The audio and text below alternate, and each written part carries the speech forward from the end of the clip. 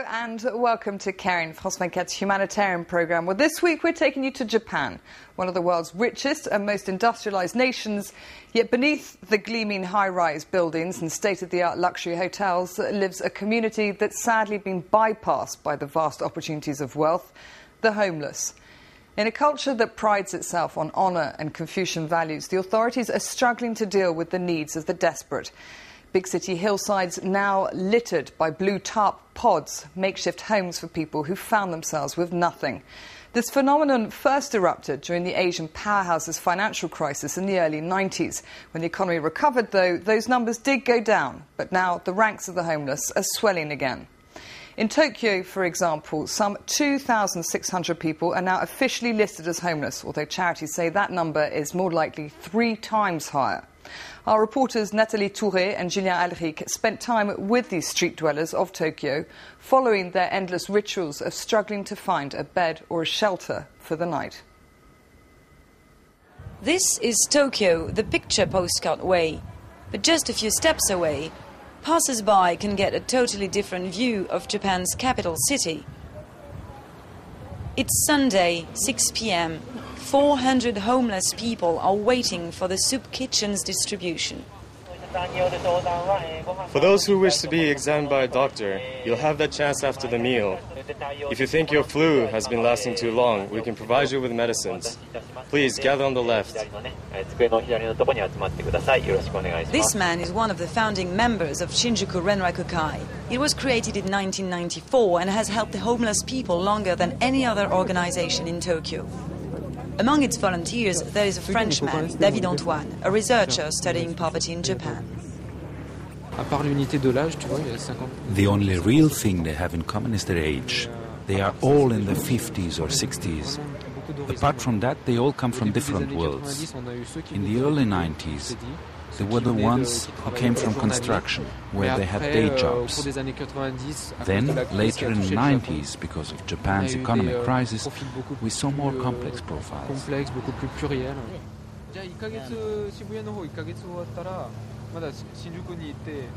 It's cold and people are talking about housing. Yosuke Tanaka sleeps on the street. He's about to build his shelter. I'm going to get my cardboard and build my box. Why do you hide your cardboard? It is difficult to find new cardboard every day. There are lots of people like me, and sometimes we can't find any. Okay, here is my blue tarpaulin, and here are some spare clothes.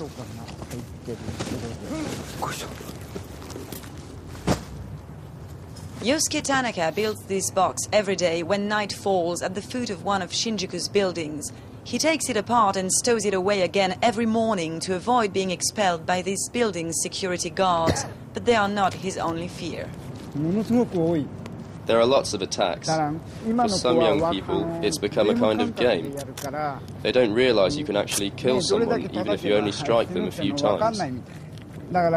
Sometimes I get frightened when I think of that kind of thing happening to me.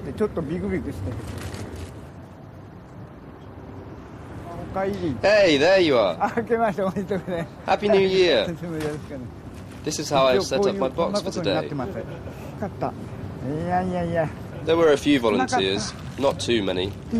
Some organisations went to help the people who just lost their jobs. But for us, there are only 2 people. Yosuke Tanaka has been living on the streets for 2 years, but he's never felt as forgotten as he does now. No one wants to sleep on the streets. It's cold. Tokyo's government offers emergency beds during the 2 weeks believed to be the coldest ones of the year. On December 24th, 68 people have come to register, but only 25 beds are available. The selection method might be surprising. It is by lottery. Okay, so there are 68 of you. So what are your chances of winning? 2.3? Yeah, you have about a 1 out of 2 to 3 chances.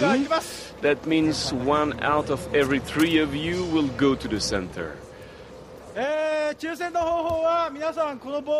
Here are the rules. Each of you will draw a stick. If it is red, you win. If there is no color, you lose. Do not blame us. This kind of lottery has existed for 10 years. It started after the economic bubble burst when Japan first discovered the end of lifetime employment and a first wave of jobless people began living on the streets. Now I have somewhere to live for 2 weeks. This man will sleep in this building in a 20-bed dormitory. Altogether, the centers provide 800 beds for a 1 to 5 months stay and a few emergency beds. That's for all of Tokyo. In Shinjuku alone, one of the capital's 23 districts, there are more than 500 homeless people. Some of them have pitched their tents in this public park in downtown Tokyo. Nishi-san has been living here for several years. He's 58 and makes a living reselling aluminum cans.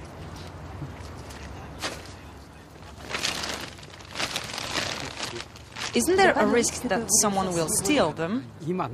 No, not at the moment, because prices are diving. They rose from 100 to 155 yen a kilo at first, but now they're down to 65. Nishi-san makes 200 euros a month. A dozen other tents surround his. The camp is organized and uncluttered. It is important, because lots of people pass by the park. This matters. These blue tents have become one of the symbols of Japan's homeless population. After the economic crisis of the late 90s, Tokyo's parks were packed with hundreds of them.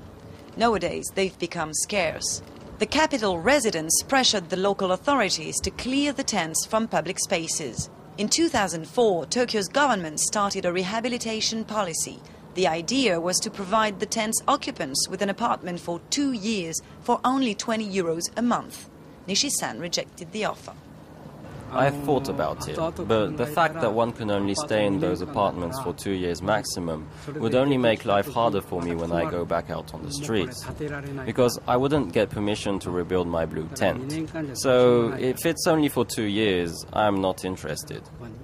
But the goal of this policy is actually to get people off the street for good. The local government pays almost all of the rent, and thanks to a stable home address, former homeless people have a better chance of finding a job and saving money. 1,800 people have taken part in the program. Shuichi Shiratsuchi is one of them. Today he's buying this street magazine which helps homeless people. I used to sell this magazine all day from 5 a.m. to 8 p.m.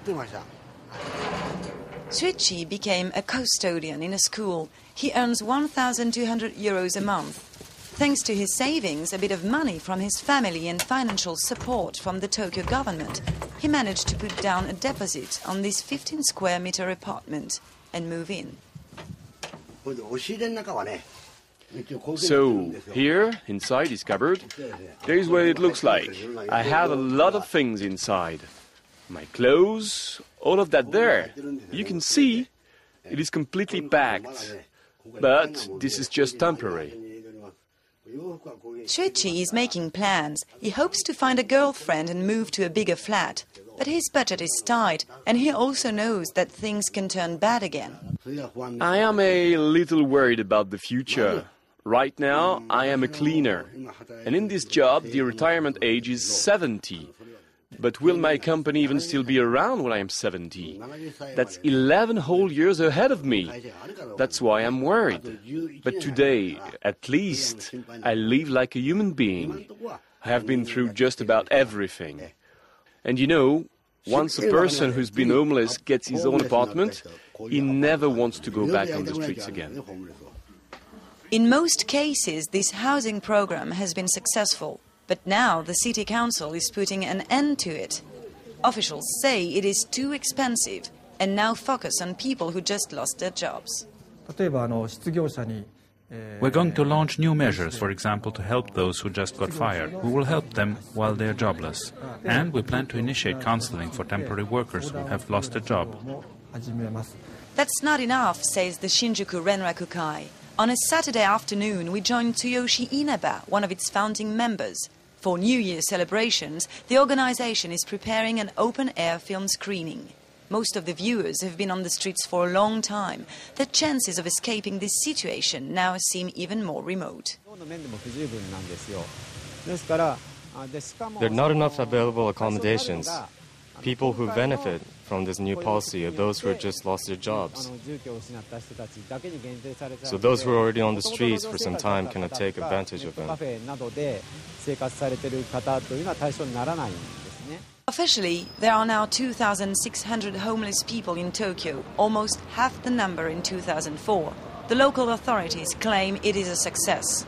Community organizations say the figure is not accurate. They say that more than 2,000 people have now been included in official statistics, and that number will certainly increase dramatically as the ongoing economic crisis is already putting more people on the streets.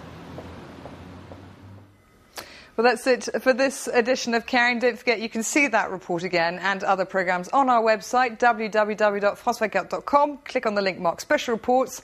Until the next time, thank you very much for watching and bye-bye for now.